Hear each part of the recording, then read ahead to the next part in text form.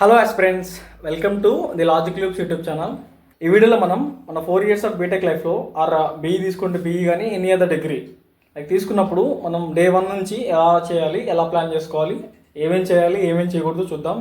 మన చిన్న చిన్న చేంజెస్ చేసుకుంటే మన బీటెక్ లైఫ్ అనేది చాలా బ్యూటిఫుల్గా ఉంటుంది. అంతా అయిపోయేసరికి మనం మంచి ప్లేస్మెంట్తో కానీ మన ఏదైతే ప్లాన్స్ ఉంటాయో ప్లేస్మెంట్ లేదంటే ఏదన్నా స్టార్టప్ అలాంటివి పెట్టాలంటే అవి, లేదంటే హైయర్ స్టడీస్ అయితే అది ప్లానింగ్ ముందు నుంచే చేసుకుంటే చాలా వేరియేషన్ ఉంటుంది. సో డే 1 నుంచి మనం ఎలా ప్లాన్ చేయాలో ఈ వీడియోలో చూద్దాం. ఇంకా ఆలస్యం చేయకుండా let's begin the video.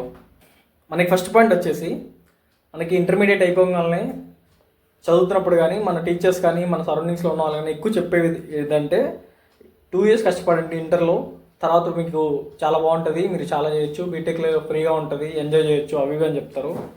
But reality ఏంటంటే చేయొచ్చు, బట్ అన్నిటికీ ఒక లిమిట్ ఉంటుంది.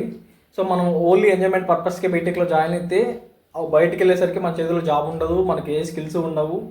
మళ్ళీ అప్పుడు మనం కోచింగ్ సెంటర్ల చుట్టూ అటు చుట్టూ తిరగాల్సి వస్తుంది. సో ఎంజాయ్మెంట్ చేయాలి, మన లైఫ్లో ఎంజాయ్మెంట్ కూడా ఒక పార్ట్. దాన్ని ఎంతవరకు చేయాలో దానికి ఒక లిమిట్ పెట్టుకొని చేయాలి, అది ఒకసారి గుర్తుపెట్టుకోండి. సో నెక్స్ట్, బీటెక్లో సిజిపిఏ మ్యాటరా అంటే, సో చాలామంది చాలా వెర్షన్స్ చెప్తారు వీటి గురించి. మ్యాటర్ అంటారు కొంతమంది, కాదంటారు కొంతమంది. మన పాయింట్ ఆఫ్ వ్యూ తీసుకుంటే సిజిపి అనేది చాలా కంపెనీస్లో కట్ ఆఫ్ ఉంటుంది. కొన్నిటికి 7 ఉంటుంది, కొన్నిటికి 7.5 ఉంటుంది, కొన్నిటికి 6.5 ఉంటుంది. సో సిజిపిఏ పక్కా మ్యాటర్. మనకి ఆన్ క్యాంపస్ అయితే పక్క సిజిపిఏ ఉండాలి, ఆఫ్ క్యాంపస్ అయితే మన స్కిల్స్ దానికి చాలా కష్టంగా ఉంటుంది, బట్ మన స్కిల్స్ ఉంటే చేయొచ్చు. సో మన ఆన్ క్యాంపస్ కోసం చూస్తుంటే పక్క సిజిపిఏ మెయింటైన్ చేయాలి. దీంతో ఎంత మెయింటైన్ చేయాలి ఏంటంటే 8 మెయింటైన్ చేయండి, 8 and above మెయింటైన్ చేసి ట్రై చేయండి. మీరు సేఫ్ జోన్లో ఉంటారు. మీకు కట్ ఆఫ్ 7.5 పెట్టినా మీకు 8 and above ఉంటే ప్రాబ్లం ఉండదు, 7 పెట్టినా ఇబ్బంది ఉండదు. మీకు ఏదైనా తర్వాత ఫర్దర్గా తగ్గినా కానీ మీరు ఎక్కువ పెంచుకోవడం వల్ల, స్టార్టింగ్లో ఎక్కువ ఉండడం వల్ల మీకు బాగానే ఉంటుంది. సో సిజిపి అనేది మ్యాటర్. ఇంకోటి ఏంటంటే, సిజిపి మెయింటైన్ చేసేటప్పుడు ఫస్ట్ 2 yearsలో మీకు అన్ని ఫస్ట్ ఇయర్లో మ్యాక్సిమం అన్ని కాలేజెస్లో ఒకేలాగా ఉంటుంది సిలబస్ అంతా. మ్యాథ్స్, ఫిజిక్స్, కెమిస్ట్రీ ఇవన్నీ వస్తూ ఉంటాయి. మీరు ఏ స్ట్రీమ్ తీసుకున్నా కానీ. సో ఇవన్నీ కొన్ని స్కోరింగ్ సబ్జెక్ట్స్ మనకి ఇంటర్మీడియట్లో కొంచెం టచ్ ఉంటుంది కదా. సో దాని ద్వారా ఎక్కువ స్కోర్ చేయగలుగుతాము. మీరు ఆ ఫస్ట్ 2 yearsలోనే మీకు స్కోర్ బాగా పెంచుకున్నారనుకోండి, సిజిపిఏ మంచిదా ఎక్కువ పెట్టుకున్నారనుకోండి, మీరు ఫర్దర్గా 3rd and 4th yearలో ఒకవేళ మీరు ప్లేస్మెంట్ ప్రిపరేషన్లో ఉన్నా, వేరే ఫర్దర్గా హైయర్ స్టడీస్ కోసం వాటి ఎగ్జామ్స్ రాస్తారు కొన్ని, అవన్నీ ప్రిపరేషన్లో ఉన్నా కానీ మీకు ఇది ఎఫెక్ట్ అవ్వదు. ఫస్ట్ 2 yearsలోనే ఎక్కువగా స్కోప్ ఉంటుంది మీకు సిజిపిఏ మెయింటైన్ చేసుకోవడానికి. మీరు అక్కడ బాగా మెయింటైన్ చేసుకుంటే తర్వాత గ్రాడ్యువల్గా అదే ఇంప్రూవ్ అవుతూ ఉంటుంది. అది ఒకటి గుర్తుపెట్టుకోండి. నెక్స్ట్ పాయింట్ వచ్చేసి నెట్వర్కింగ్ అనమాట. నెట్వర్కింగ్ ఎలా చేయాలంటే, ఫస్ట్ మీ ఇయర్లోనే వేరే వాళ్ళు ఉంటారు, అందరితో మనకి టచ్ ఉండదు. అందరితో మాట్లాడండి, కలిసి తిరగండి. వాళ్ళలో చాలామందికి ఒక్కొక్క దాంట్లో ప్రొఫెషన్గా ఉంటారు, చాలా స్కిల్స్ ఉంటాయి. వాళ్ళు ఎలా ఉన్నారు, ఎలా చేస్తున్నారు, ఎలా తెలుసుకుంటున్నారు మీకు తెలుస్తుంది. మీకు కొత్త ఐడియాస్ వస్తాయి. ఒక్కళ్ళే మనం అలా కూర్చొని ఎవరితో కనెక్షన్ లేకుండా ఇంట్రోవర్ట్ లాగా ఉంటే బీటెక్లు అవ్వదు. మనం బయటకు వెళ్ళాలి, నెట్వర్క్ పెంచుకోవాలి, అందరితో కలవాలి, మాట్లాడాలి, అన్నీ చేయాలి. అప్పుడే మనకి లైఫ్లో ఫర్దర్ గ్రోత్ ఉంటుంది. అది ఒకటి గుర్తుపెట్టుకోండి. సో మీరు డే 1 నుంచి మీ తోటి వాళ్ళతో బాగా కమ్యూనికేట్ అవ్వండి. మీ సీనియర్స్ ఎవరైతే ఉంటారో వాళ్ళతో కమ్యూనికేట్ అవ్వండి. వాళ్ళ నుంచి కాలేజీ ఎలా ఉంది, ప్లేస్మెంట్స్ ఎలా ఉన్నాయి, వాళ్ళు ఎలా ప్రిపేర్ అవుతున్నారు, ఏ సబ్జెక్ట్ ఎలా ఉంటుంది, ఈ సబ్జెక్ట్ ఈజీగా ఈ కాదా, ఫ్యాకల్టీ ఎలా ఉన్నారు, అన్ని విషయాలు వాళ్ళు చెప్తారు. వాళ్ళ లైఫ్ ఎక్స్పీరియన్స్ కూడా చెప్తారు.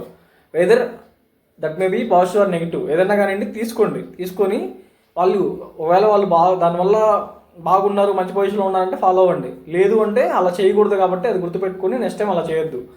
సో మనకి నెక్స్ట్ వచ్చేసరికి మనం ఏదో ఒక ఎక్స్ట్రా కరికులర్ యాక్టివిటీలో పార్టిసిపేట్ చేయాలి. అప్పుడే మనకి పర్సనాలిటీ డెవలప్మెంట్ అవుతుంది. ఇంకా అక్కడ కూడా నెట్వర్కింగ్ ఎక్కువ అవుతుంది, అంతా బాగుంటుంది. సో అది దట్ మే బీ చాలా ఈవెంట్స్ జరుగుతూ ఉంటాయి, చాలా క్లబ్స్ ఉంటాయి యూనివర్సిటీస్లో కానీ, కాలేజెస్లో కానీ. దాంట్లో ఎన్రోల్ అవ్వండి, పార్టిసిపేట్ చేయండి.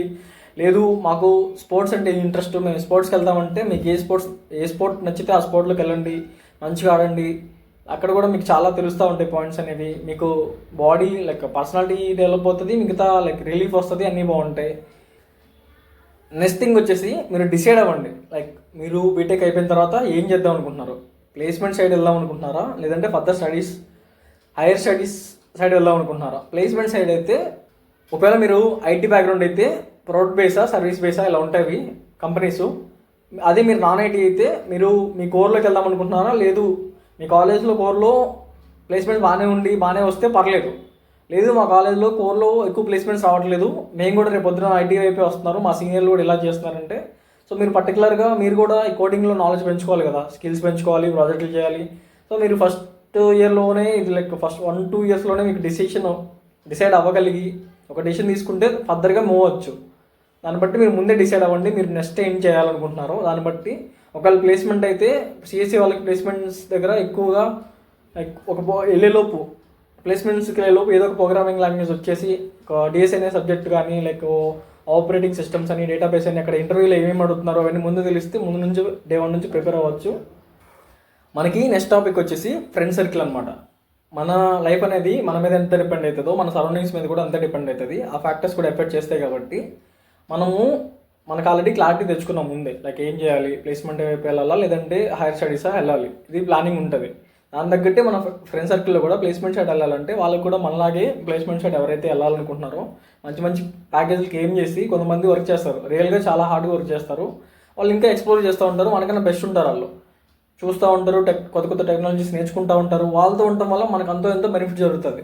సో మనకి ఎప్పుడైనా ఇంట్రెస్ట్ పోయినా వాళ్ళు ఇంకా సెర్చ్ చేయడం ఆపరు, నీట్గా నేర్చుకుంటారు, మనకు కూడా మోటివేషన్ ఇస్తూ ఉంటారు అప్పుడు. సో అలాంటి ఫ్రెండ్స్ ఉండటం వల్ల మనకు చాలా బెనిఫిట్ జరుగుతుంది. సో డిసైడ్ చేసుకోండి ఎలా సర్కిల్లో మీరు ఏం అవ్వాలనుకుంటున్నారు. మంచి మంచి ఫ్రెండ్స్ పెట్టుకున్నా కానీ మీరు వాళ్ళు కొంచెం వాళ్ళు బూస్టింగ్ ఇవ్వడం వల్ల, మీరు లోలో ఉన్నప్పుడు వాళ్ళు కొంచెం మోటివేషన్ ఇవ్వడం వల్ల మీకు హెల్ప్ అవుతుంది. సో మనకి మంచి ఫ్రెండ్స్ ఉండటం వల్ల వాళ్ళు కొన్ని టెక్నాలజీస్లో వాళ్ళు తోపుతురం అయి ఉండొచ్చు, మనకు కొన్ని వచ్చి ఉండొచ్చు. మనం ఈ మంచి సర్కిల్ ఉండటం వల్ల మన మధ్య మనం డిస్కస్ చేసుకొని మనం బాగా ఇంప్రూవ్ అవ్వచ్చు, వాళ్ళు ఇంప్రూవ్ అవ్వచ్చు, మనం ఇంప్రూవ్ అవ్వచ్చు. సో హెల్తీ కమ్యూనికేషన్ ఉంటుంది అందరి మధ్య.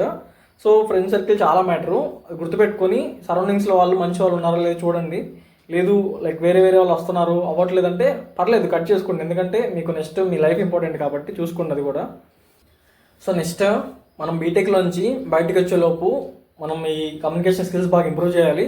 అండ్ ఈ స్టేజ్ ఫియర్ అన్నీ పోగొట్టుకోవాలి. మనం ఆల్రెడీ చాలామంది ఇంట్రోవర్ట్స్ లాగా ఉంటారు, బయట వాళ్ళతో మాట్లాడలేరు, కొత్త ప్లేసెస్కి వెళ్ళలేరు, కమ్యూనికేట్ అవ్వలేరు. ఇవన్నీ మనం పోగొట్టుకోవాలి. బీటెక్ అయిపోయేలోపు మనం లైక్ మన పర్సనాలిటీ మొత్తం మార్చేసుకొని మంచిగా అందరితో మాట్లాడగలగాలి, కమ్యూనికేట్ అవ్వగలగాలి. సో కమ్యూనికేషన్ స్కిల్స్ ఇంప్రూవ్ చేసుకోవడం వల్ల మనకి ప్లేస్మెంట్ టైంలో చాలా ఉపయోగపడుతుంది. ప్లేస్మెంట్స్ టైంలో మన స్కిల్స్తో పాటు మన కమ్యూనికేషన్ స్కిల్స్ కూడా చూస్తారు. సో దానికి కొన్ని కంపెనీస్కి అయితే సపరేట్ రౌండ్ ఉంటుంది, గ్రూప్ డిస్కషన్ రౌండ్ ఉంటుంది. సో వాటిలో మాట్లాడాలి. కమ్యూనికేషన్ అనేది వాళ్ళు ఆటోమేటిక్గా మనల్ని ఇంటర్వ్యూ చేస్తున్నప్పుడు మనం ఎలా బిహేవ్ చేస్తున్నాం, మనం ఎలా మాట్లాడుతున్నాం అన్నీ చూస్తారు. కాబట్టి కమ్యూనికేషన్ స్కిల్స్ ముందు నుంచే డెవలప్ చేసుకోండి. కమ్యూనికేషన్ స్కిల్స్ ఇంప్రూవ్ చేసుకోవడానికి మనం ముందే ఆల్మోస్ట్ హెల్దీ అట్మాస్ఫియర్లో ఉన్నాము, మంచి ఫ్రెండ్ సర్కిల్ ఉంది కాబట్టి ఆల్మోస్ట్ అందరికీ ఒకే టైప్ ఆఫ్ గోల్స్ ఉంటాయి, మంచి ప్లేస్మెంట్ తెచ్చుకోవాలి అందరం చూస్తాం. కాబట్టి మన ఫ్రెండ్స్తోనే కమ్యూనికేట్ అవ్వడం స్టార్ట్ చేయండి. ఫస్ట్ వాళ్ళతో స్టార్ట్ చేస్తే వాళ్ళు ఇంప్రూవ్ అవుతారు, మనం ఇంప్రూవ్ అవుతాం. ఫర్దర్గా లైక్ డేస్ పాస్ అయ్యే కొద్దీ మనకి ఎక్కువ రోజులు కమ్యూనికేట్ అవ్వడం వల్ల మన ఫ్లూయెన్సీ పెరుగుతుంది. లైక్ మంచి ప్లేస్మెంట్స్ వస్తాయి మనకి కమ్యూనికేషన్ స్కిల్స్ వల్ల కూడా. స్టేజ్ ఫియర్ కూడా పోగొట్టుకోండి, ఎక్కువ సెమినార్లు ఇవ్వడానికి ట్రై చేయండి. కాలేజీలో ఏ చిన్న ఆపర్చునిటీ వచ్చినా మిస్ చేయొద్దు, ఎందుకంటే మళ్ళీ మనకి ఆపర్చునిటీస్ రావు. వన్స్ బయటకు వచ్చిన తర్వాత ఇవన్నీ పోగొట్టుకోవాలంటే చాలా కష్టంగా ఉంటుంది. అదే కాలేజీలో ఉన్నప్పుడు ఉన్నవాళ్ళు మన ఫ్రెండ్సే కాబట్టి వాళ్ళ ముందు సెమినార్లు తీసుకోవాలన్నా ఎప్పుడన్నా క్లాస్ తీసుకోవాలన్నా ఇబ్బంది ఉండదు. తీసుకొని అక్కడే పోగొట్టుకోండి. ఏమవుతుంది మహా అయితే మన ఫ్రెండ్సే కాబట్టి పొరపోవడానికి ఏముండదు అక్కడ. ఇది ఒకటి చూడండి. ఒకవేళ మీరు కంప్యూటర్ సైన్స్ కానీ ఐటీ కానీ ఉంటే వీటిలో కూడా చాలా సబ్ డొమైన్స్ ఉంటాయి కదా మనకి. సో మనం ఫైనల్గా ఏమవుదాం అనుకుంటున్నాం, లైక్ వెబ్ డెవలప్మెంట్ సైడ్ వెళ్దాం అనుకుంటున్నామా, లేదంటే యాప్ డెవలప్మెంటా, లేదంటే ఏఐ ఇంజనీర్ కానీ, డేటా సైంటిస్ట్ కానీ, టెస్టింగ్ సైడ్ కానీ, ఏ సైడ్ వెళ్దాం అనుకుంటున్నామో మనకి ఒక ఇది ముందు క్లారిటీ ఉండదు. కాబట్టి ఎక్స్ప్లోర్ చేస్తూ ఉన్నప్పుడు మనకు ఒక ఆటోమేటిక్గా క్లారిటీ వస్తుంది. దాని తగ్గట్టు మనం దానికి ప్రాజెక్టులు ముందే ఫస్ట్ సెకండ్ ఇయర్లో చేసుకుంటూ పెట్టుకుంటే రెజ్యూమ్లో థర్డ్ ఇయర్కి ఫైనల్ ఇయర్కి వచ్చినప్పుడు మనం ఎక్కువగా ప్లేస్మెంట్కి ఎక్కువ ప్రయారిటీ ఇచ్చేసి దానికి తగ్గట్టు ఆ సబ్జెక్ట్స్ ఏవైతే ఉంటాయో మిగతావి అవి ప్రిపేర్ అయితే ఉండొచ్చు, టైం సేవింగ్గా ఉంటుంది మనకి. సో అందుకే మీరు ఫస్ట్ ఇయర్లోనే ఆల్మోస్ట్ ఒక అన్నింటినీ మీద రీసెర్చ్ చేసేసి అన్నింటినీ ఎక్స్ప్లోర్ చేసేసి అయిపోయేసరికి ఒక థింగ్ పెట్టుకొని ఏ సైడ్ వెళ్ళాలి, ఏ డొమైన్లో వర్క్ చేయాలి అవన్నీ పెట్టుకుంటే దాని తగ్గట్టు మనం రెజ్యూమ్లో కూడా మంచి ప్రాజెక్టులు పెట్టుకోవచ్చు. సో ఇప్పుడు మనం డూస్ చూసాం కదా, ఇప్పుడు డోంట్స్ చూద్దాం. ఏమేమి చేయకూడదు కాలేజీలో ఉన్నప్పుడు ఇవి చూద్దాము. సో చాలామంది ఈజీ మనీ కోసం లైక్ వేరే బెట్టింగ్ యాప్లో కానీ వేరే చేస్తూ ఉంటారు. దానివల్ల చాలా మనీ లాస్ అవుతూ ఉంటారు.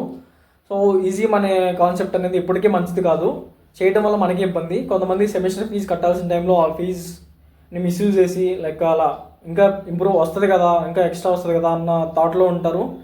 బట్ ఫైనల్గా బెట్టింగ్ చేస్తున్నప్పుడు ఎవరో ఒకరు లూజ్ అవ్వాలి కాబట్టి అవన్నీ చేయడం వల్ల మనకే ఎఫెక్ట్ అవుతుంది. ఆ మనీ లూజ్ అవ్వడం వల్ల కొన్నిసార్లు సెమిస్టర్ ఎగ్జామ్స్ రాయలేకపోయిన పరిస్థితి అవుతుంది, సబ్జెక్టులు మిగిలిపోతాయి. కొన్నిసార్లు చాలామంది వేరే వేరే డెసిషన్ తీసుకుంటూ ఉంటారు. ఆ డెసిషన్ వల్ల వాళ్ళ ఫ్యామిలీ ట్రీ మొత్తం ఎఫెక్ట్ అవుతుంది. సో అది ఒకసారి చూసుకోండి.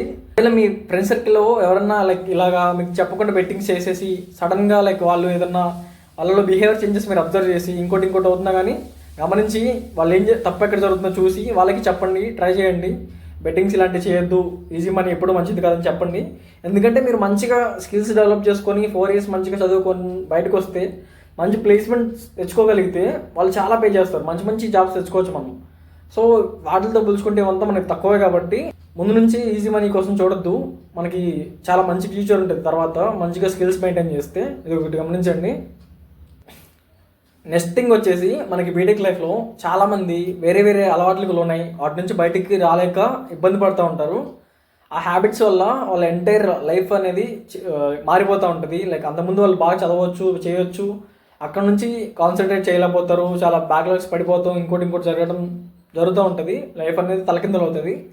సో మనం బీటెక్లో మనకి ఫైనాన్షియల్ స్టెబిలిటీ కూడా ఉండదు, మనకి ఏం సోర్స్ ఆఫ్ ఇన్కమ్ కూడా మ్యాక్సిమం ఉండదు. కాబట్టి మనం పేరెంట్స్ మనీ మీద డిపెండ్ అవుతున్నాం కాబట్టి మనం దానికి రీజనబుల్గా ఉండి మనం కొంచెం కాన్సన్ట్రేట్ చేసి మన స్టడీస్ మీద మిగతా వాటి మీద ఫోకస్ చేస్తే మేలు.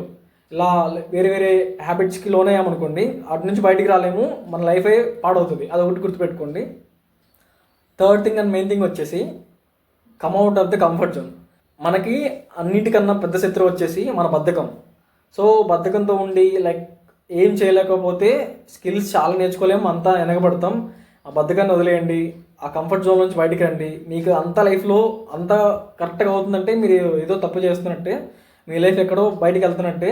సో లైఫ్ అనేది ఎప్పుడూ ఈజీగా ఉండదు, సంథింగ్ ఏదో ఒక హడ్డీలు ఉంటుంది. అదొకటి చూసుకొని ఆ కంఫర్ట్ జోన్ నుంచి బయటకు వచ్చి మీకు ఏదైతే కావాలో దానికోసం బాగా వర్క్ చేయండి, స్కిల్స్ మంచిగా ఇంప్రూవ్ చేసుకోండి.